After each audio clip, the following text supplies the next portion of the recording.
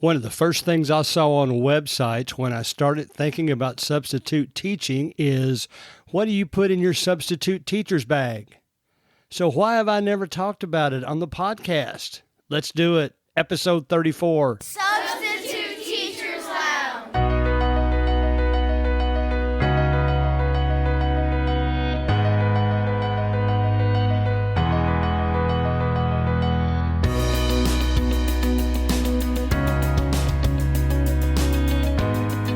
All right, guys, hope you had a good week this week, substitute teaching. As I mentioned last week, we had a couple of days off, so had a short week this week. I also wanted to mention that, we live in Kentucky, and we're used to at least some snow during the winter. But here it is February now, and we still haven't seen any snow. We might see some this weekend, so we'll see how that takes our schedule into consideration next week. So the seasons are changing. I understand. I heard this week that Punxsutawney Phil, bless his heart, is actually wrong like 60% of the time. So I guess that means you get better odds just flipping a coin. But I like the tradition. I'd like to go up there and see that sometime, but that's the way our weather is flowing here right now. I hope you're having good weather and you get lots of substitute jobs in. So I wanted to mention, first of all, I've talked about Buzzsprout before. There are free options for podcasts. I've had several people ask me about creating their own podcast. Buzzsprout is about $12 a month. I think it's worth it. I think their videos alone about how to do things is worth that. And their customer service is just unbelievable. And this is not a commercial. I'm doing this for free. I might eventually, they have an affiliate program that I might start including their link at the end in my code just for the heck of it if you want to get started. But the reason I bring that up, they just introduced a whole new stats package that I was excited about it last week. I talked about it a little bit, but I'm even more excited when I watched the video that explained what we could do with it. So here's what they suggested.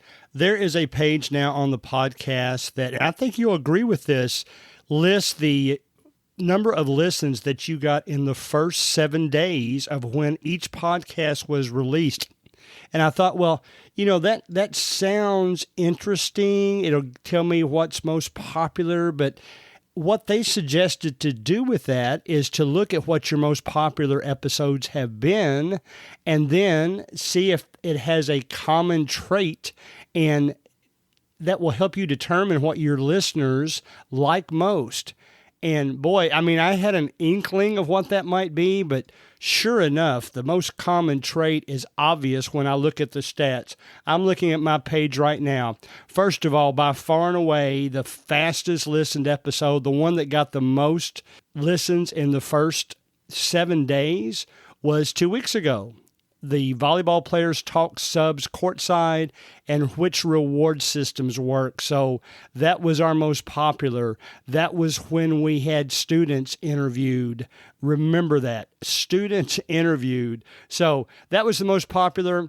I did issue a revised version. I was wrong, by the way. Apple does not generate that revised version just like it was a new one. It's just that if you should go back to that, that's the one that you would then receive other than the one that was released first. So that was by far the most listened to. Second was episode 25 called Recorded Live from the Classroom.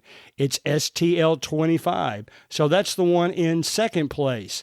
And then in third place is way back at episode 18, talking about subs with students Jonathan, Camden, and Lily. Now, let me ask you something. What do you see in that? I see that the episodes you guys like to listen to most are the ones in which we have the students involved. And that is so refreshing for me. I joke with my students that tell me they're listening to the podcast. I said, do you find it boring since I'm just talking to other substitute teachers? And they say, no, you talk about students all the time. That's why we're listening to it. I think that's why they're excited when they see me roaming down the hallway recording some things and recording at games and all that. So I'm thankful that that information is now given to me by Buzzsprout. It's very valuable. I am going to try my best to get as many student interviews as I can into this podcast because obviously that's what you enjoy. One other thing that the new stats helped me identify, and I kind of knew this from the beginning, but I've talked to you about the most popular episodes so far. Number one is episode 1, where we talk about how it's my first time as a substitute teacher. The title was, I'm finally approved as a substitute teacher, and so it begins. And then second place is episode 2, where I say, yes, I got the substitute teacher job. I won it before anyone else. Those are the top 2. But listen to this. The first place has 40% more listens than second place. When you first hear that, you might say, hey, I'd be excited about that, about Mr. Collins, but I'm not. And here's why. Let's think this through. People that are looking for substitute teachers' resources, they find the podcast. They listen to it. That means anybody that finds it and wants to try it out will be listening to episode 1. So the real telltale sign is if they continue to listen to. Now, a lot of them do, or it wouldn't be in second place. But some do not. And I remember back in June of last year when I recorded the first episode, a lot of anxiety there. Am I going to get like 10 listens a week? And it'll really be just a silly effort that won't pan out. Obviously, it ended up being very popular. I'm excited for that. I'm glad you guys are listening. But as I go back and listen to that, there's not a lot of attention grabbers. I hadn't gotten good with editing yet. So here's what I did. I printed out a script. I wanted it to be virtually the same as it was before. I did add a few little things, and this week I re-recorded episode 1. If you want to hear it, if you click on episode 1, you can hear the new version. It's around 17 minutes, just like the old version was. I did mention that I'll be having student interviews. I hit that a little bit harder than I had before. I did do a different opening this time. I love the opening with the kids, whether you guys do or not. Sorry, guys, that's not going to matter to me because that was so special to me. That's probably going to always be my opening until I re-record it with a new group of kids. But I re-recorded episode 1. Here's what I'm hoping now when people discover the podcast that they'll stick around a little bit longer. Most of you do, but, I guess 3/4 of you do if we calculate the statistics. But, I want to grab as many people as I can.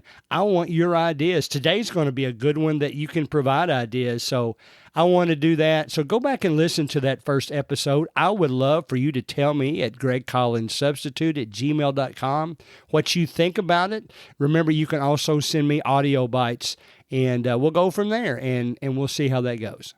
All right, I remember an old song from when I was a teenager called Troglodyte Caveman, who said, we're going to go back, way back into time. That's what I want to do right now. I'm going to go back about, I guess it's been almost 18 months when I first thought about substitute teaching, and I was looking for ideas everywhere, and I came across probably the most popular topic that ever came up. What do you put in your substitute teacher's bag? And, I read some of those, some of those I'm thinking, all right, do you go in there with a wheelbarrow or what exactly is it you're carrying all this stuff in?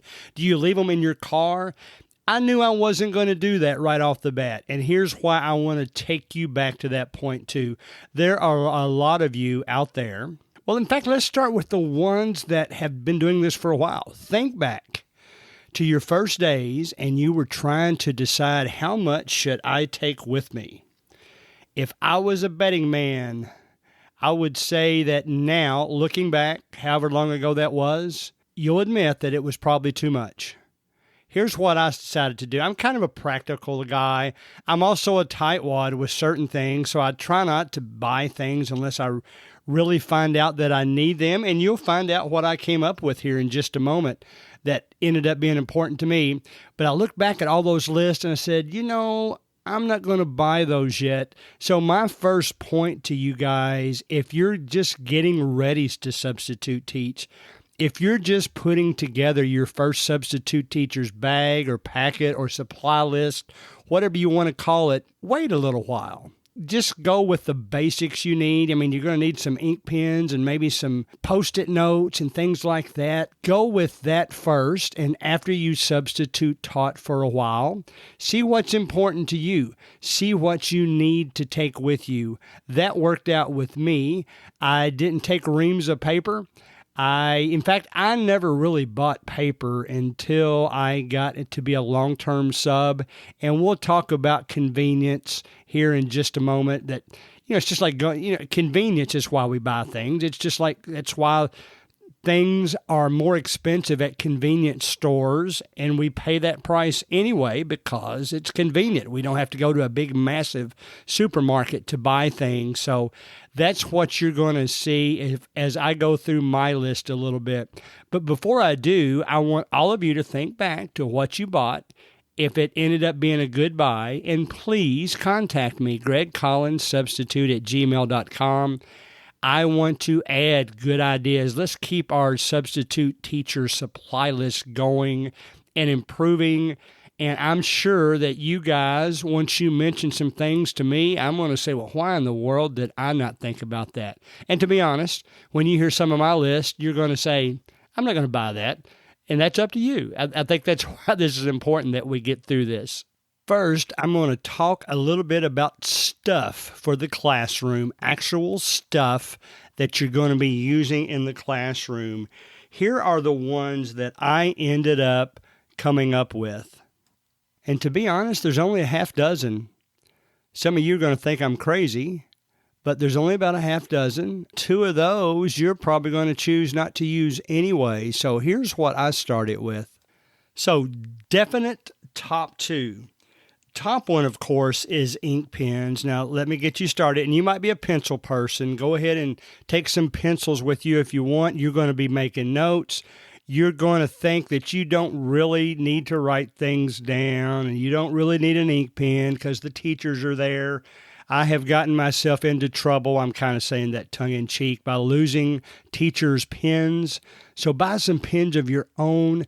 Try to buy some that are conspicuous, that there's no doubt you're going to remember later that those were yours. And I'll make this recommendation. Don't buy one good one. Buy a pack of ones that are maybe lesser quality, because you are going to lose them. It kind of becomes a standing joke with me, with all the kids in my classroom, of how many things I leave around the classroom and have them have to look for me. Teachers will often leave answer keys to projects we're doing. I'll leave those laying around everywhere.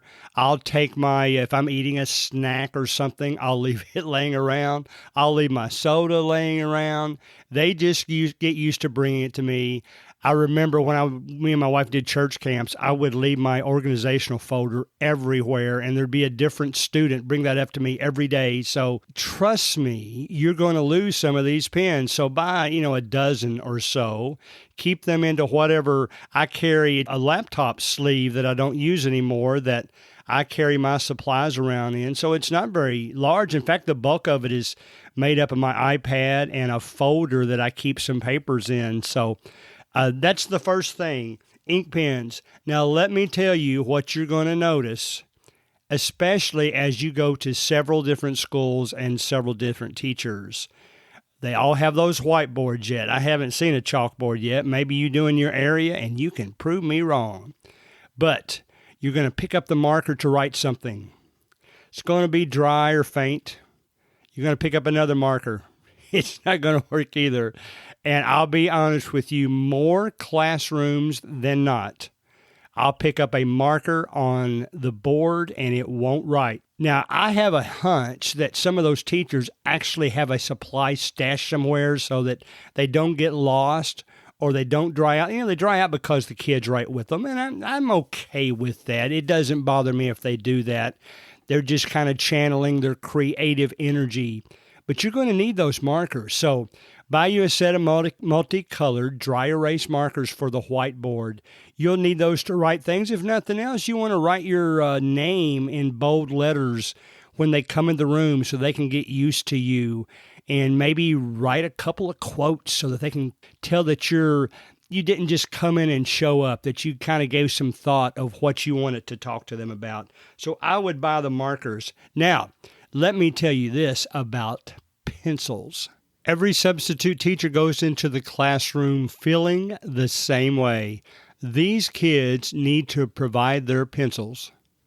That is what they need to do. I get tired of kids not bringing their own pencil. I said that for months. You can say that all you want to. It is just going to make your life easier and less disruptive if you buy some pencils. Now, let me tell you what I did. It was the best $8 I ever spent on Amazon.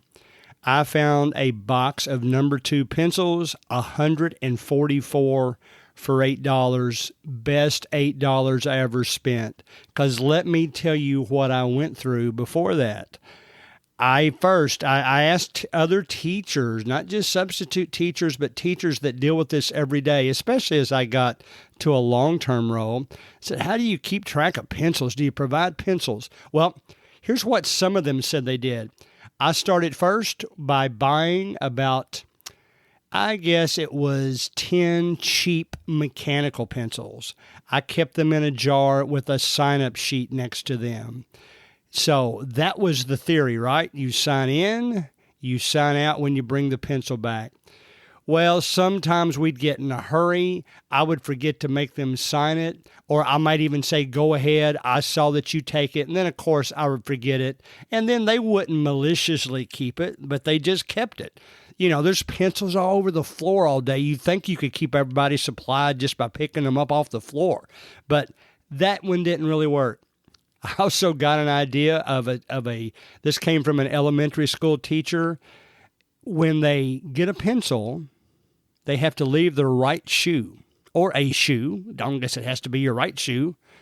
And that way, for sure, they'll bring the pencil back and get their shoe back. Well, it's funny. I teach so many 6th graders, they ended up kind of making a game for that. Whether they needed a pencil or not, they wanted to go with one shoe off for the whole class. So that didn't work as well. And just like signing in and out, we would get in a hurry and forget. So I decided, hey, man, Amazon is a great service. I've got free shipping. I'm going to spend $8 for 144 pencils. I just ran out, and I bought them a year ago. So that might be the most valuable purchase I ever made. Here's the deal. You're going to get interrupted so many times by kids who didn't bring a pencil, or whether they're telling the truth or not. I would ask some kids that asked for a pencil, the last 2 periods of the day, it's the 6th or 7th period. What did you do the rest of the day without a pencil? Oh, I lost it, Mr. Collins. I'm sorry. And they were sorry. But, they're kids. They're going to lose their pencil. Buy some pencils. Obviously, I shouldn't say obviously, the ones that are unsharpened are cheapest. I know I got that box for $8. I just looked it up while I was talking about this on Amazon, and I see it's up to $9.99 now, but I didn't shop around anymore either, so you could probably get those fairly cheaply. $8, it's, $8, stretch that out over the year that I asked me, all of a sudden that sounded like less than $1 a month. I think that worked out well for me. So now this next one might surprise you a little bit too. One class that I went into often, the kids had to sharpen their pencil often. Not only was it very loud, it was kind of in disrepair, and the teacher is the only one that knew how to use it. And she showed me how to use it one day. And keep in mind that this was as a class that it was a class that they were some of the shorter periods of the classes I've been to. They were like 50 minutes. So if you have to stop even 30, 45 seconds to sharpen somebody's pencil several times during the class, well, that wastes time, that gets you out of your flow. So guess what? I spent another, in this case, it was $9. And I found what I thought is a very good pencil sharpener, so much so that I'm going to recommend the exact brand and model. This too was an Amazon purchase, but the reason I liked it, and I can't remember now if I ordered a different one first and sent it back, but this one was so much quieter. It was so easy to use. It's a model that the kids actually, they put their pencil in the pencil sharpener hole, and they don't even have to lift it up every few seconds to see if it's sharp. It actually stops when it's sharp. Now, it must be a fairly popular brand because I spent $9.99, and I might have bought it while it was on sale or something.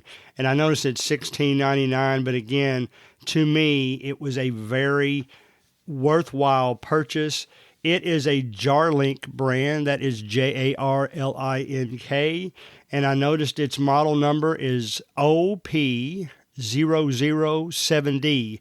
That first O is a letter O, so it's OP007D. We love the pencil sharpener. It's kind of funny. The kids enjoyed the pencil sharpener so much, I guess, compared to the one they were using before. But I noticed even this last time when I did long-term sub, I finally remembered to bring it in, and they lined up at it because they liked it a lot. All they had to do is put down any kind of pencil in there, and it shut off automatically. So that's two of my favorite purchases, and that's how I solved the pencil situation. Other stuff that I bought besides markers and pencils and ink pens, I'm an official, but so I always have whistles. Take a whistle in with you. Someday you're going to be asked to teach a physical education class. You'll need it for that. Sometimes you might just need a little slow whistle blast to catch everybody's attention.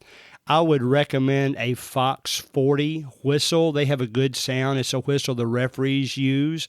I would not get the micro. I like using that for volleyball, but it's much louder, a little bit loud for the classroom. And there's some even louder than that called Sonic. Sonic's is meant for outdoors, and that could literally blow your eardrums out. So don't buy that one. So Amazon, you can get it on Amazon. It's a Fox 40 whistle. Those work real well. The other thing that I've used it mainly when I'm in a long-term sub, but even if I'm there for more than a few days, I found a cheap small whiteboard that I could just stick up on the wall outside the classroom when I'm there for a few days, and either just leave a corny joke or something that they would be excited about coming by and reading what I had to put up there. And I thought that was just kind of a cool break the ice, come in the classroom type thing. So that's my basic stuff. I bought my own dry erase markers. I bought a box of pencils, a pencil sharpener, a small whiteboard, ink pens, and a whistle. Now, the next thing I'm going to mention is just in the health environment. I have found that these are essentials as you go through. You are not going to be healthy every day you go to the classroom. You're not going to go in there if you're sick enough that you don't want to risk making the kids sick, but sometimes you're just going to have a slight cough. Sometimes you're just going to have an upset stomach. Some of the things that I make sure in that regard that I always have with me are I always carry Dayquil or any type of off-brand.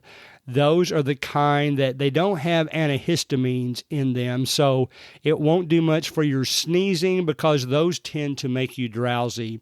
Make sure you get the one that's got Day in its title, and that basically takes care of coughing, runny nose for the most part. You don't want to have that inconvenience going on while you're trying to teach a class. So, and also throat lozenges. Everybody likes something different. I use Ricola sometimes. I've had the Hall's Mentholyptus. Probably depends on how severe or what you like. I would also take some of that antibacterial ointment. I haven't been to a classroom yet that didn't already have those in the room for the kids.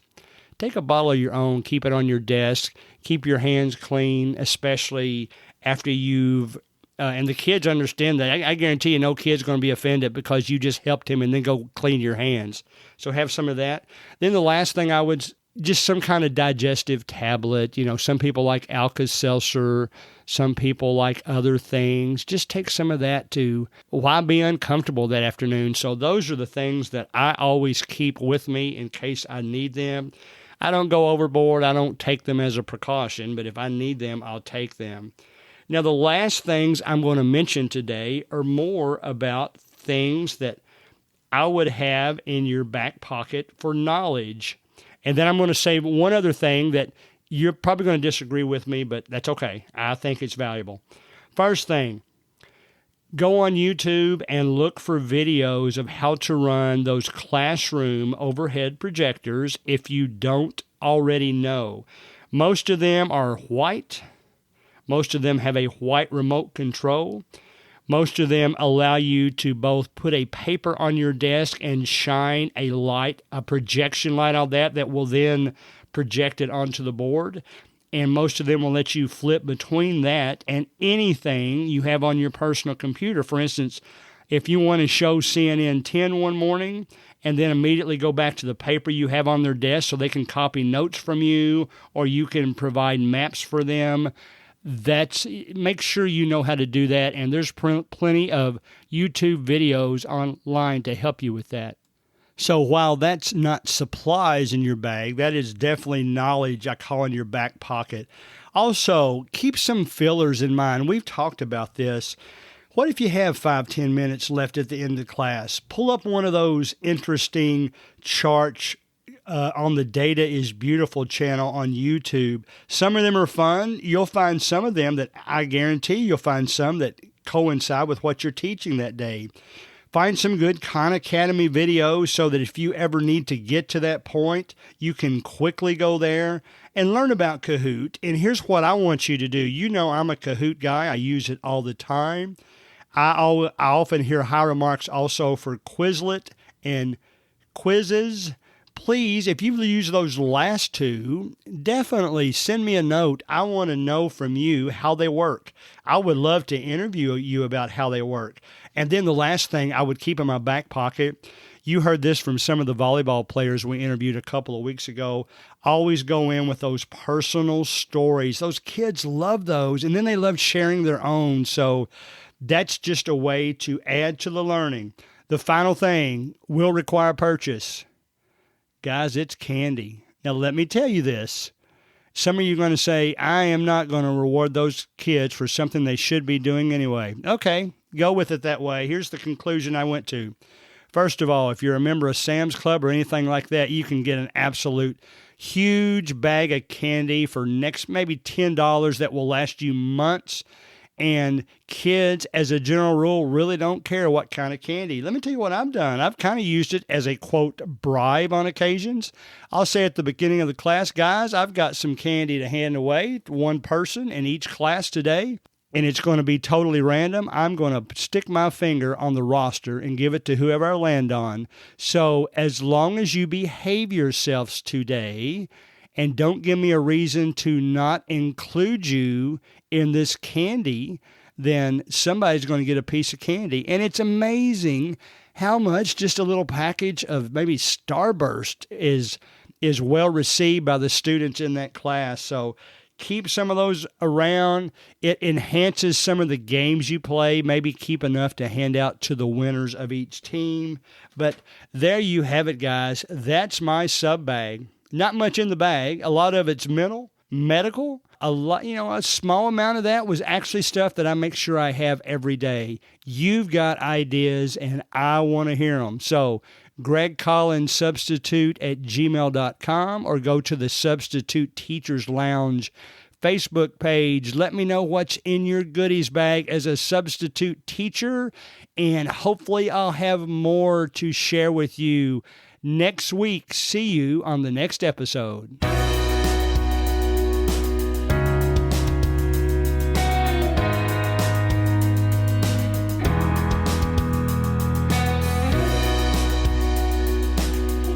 music provided by Ben Sound.